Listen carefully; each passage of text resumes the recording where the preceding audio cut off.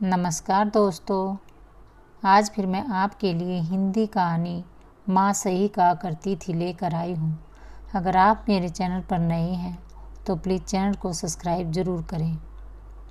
माँ सही कहा करती थी। मैं मूर्ख था। सही सुना आपने। मैं सच में बेवकूफ़ था जो उसकी हर मनमानी सहता गया। जो वो कहती गई मैं बस उसी पर ध्यान देता था। एक पल के लिए भी माँ और बाबूजी भी पराये लगने लगे थे मुझे। पलक से मेरी शादी हुए अभी 1.5 साल ही हुए थे, लेकिन ज़िंदगी कहाँ से कहाँ पहुँच गई थी। शादी तो अरेंज ही थी।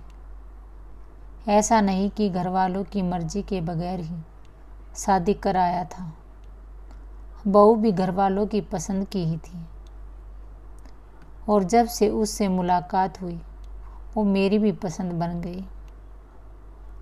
और इसी वजह से मुझे माँ और बाबूजी का ये फैसला बहुत अच्छा लगा। उनकी जान पहचान में किसी अच्छे घराने की लड़की थी। खूबसूरत भी बहुत थी और मैं भी थोड़ा अच्छा दिख लेता था। शादी हुई, मेरी ज़िंदगी के सबसे हसीन पल कैद होने लगे थे किसी कमरे में। और मेरे जीवन के कोरे कागज़ पर मेरे नाम के आगे पलक का नाम जुड़ने लगा। सागर संग पलक। शादी के बाद जितने दिन बीतते गए, न जाने क्यों पलक मेरे लिए मेरे दिल में प्यार हद से बढ़ने लगा। और भरोसा भी। और उसी भरोसे का वो फ़ायदा उठाती गई और मैं समझ नहीं पाया।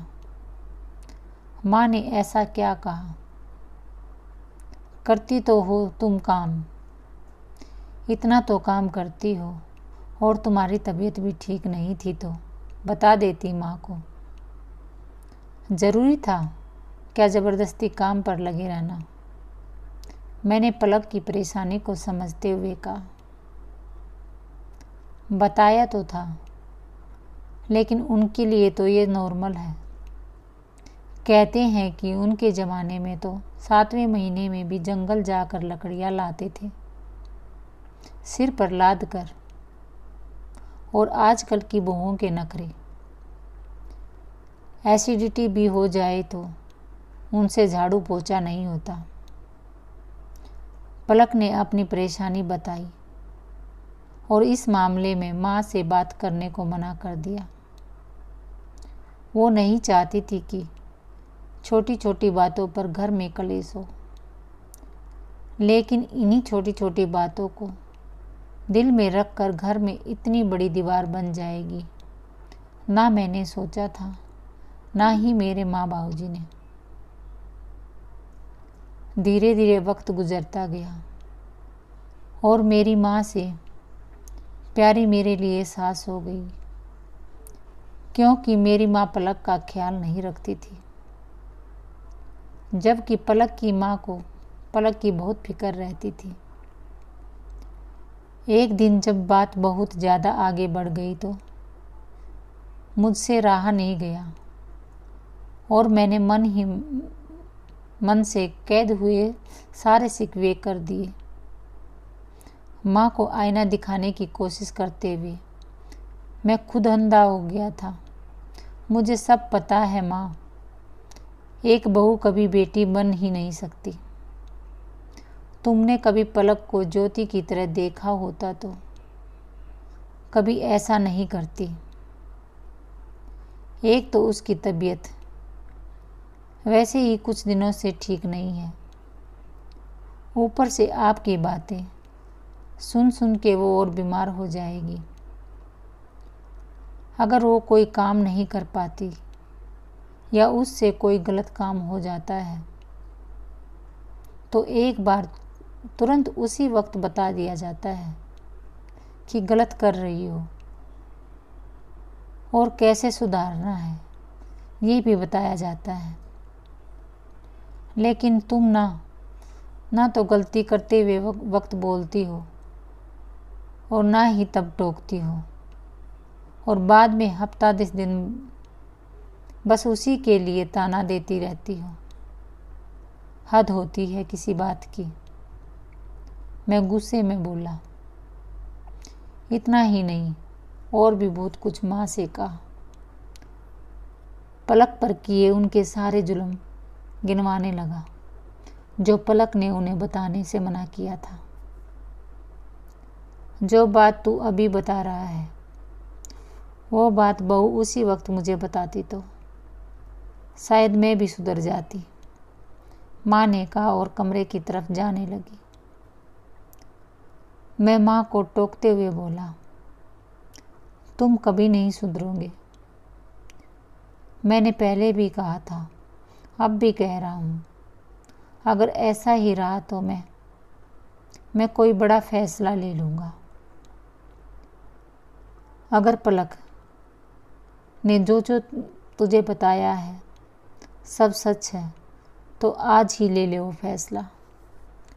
लेकिन एक बार फिर बहू से पूछ ले, क्योंकि आधी से ज़्यादा बातें तो मुझे याद भी नहीं है कि मैंने उसे क्या कही थी। अब या तो मैं भूल गई हूँ या तेरी बीबी ने ही कुछ ज़्यादा ही तेरे कान भर दिए हैं।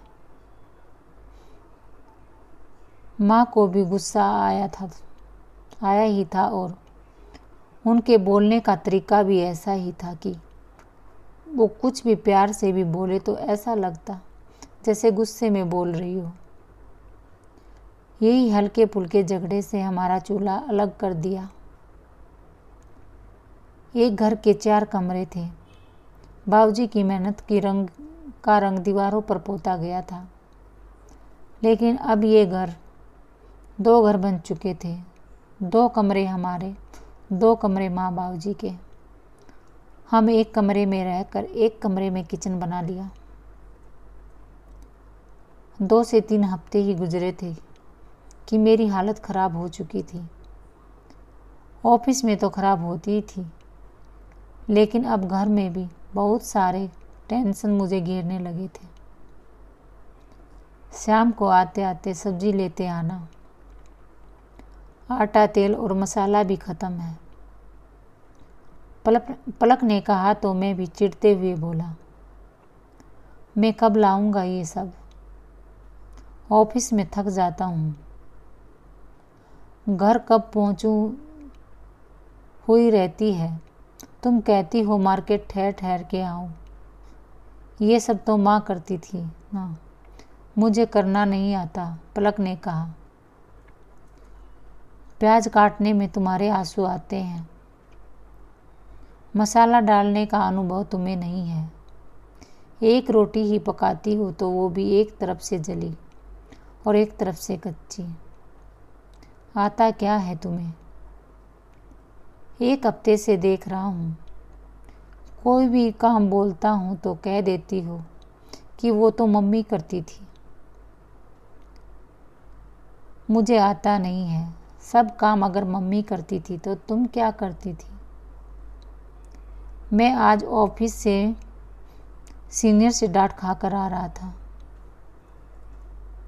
और घर आकर सारा गुस्सा पलक पर निकालने लगा। लेकिन इन 2 हफ्तों में मुझे माँ की एक बात तो अच्छे से समझ में आ गई थी कि माँ गलत नहीं कहा करती थी उसे, माँ सही कहा करती थी। धन्यवाद दोस्तों। अगर आपको ये कहानी अच्छी लगी तो लाइक करें, शेयर करें और चैनल को सब्सक्राइब ज़रूर करें। मिलते हैं अगली नेक्स्ट कहानी में।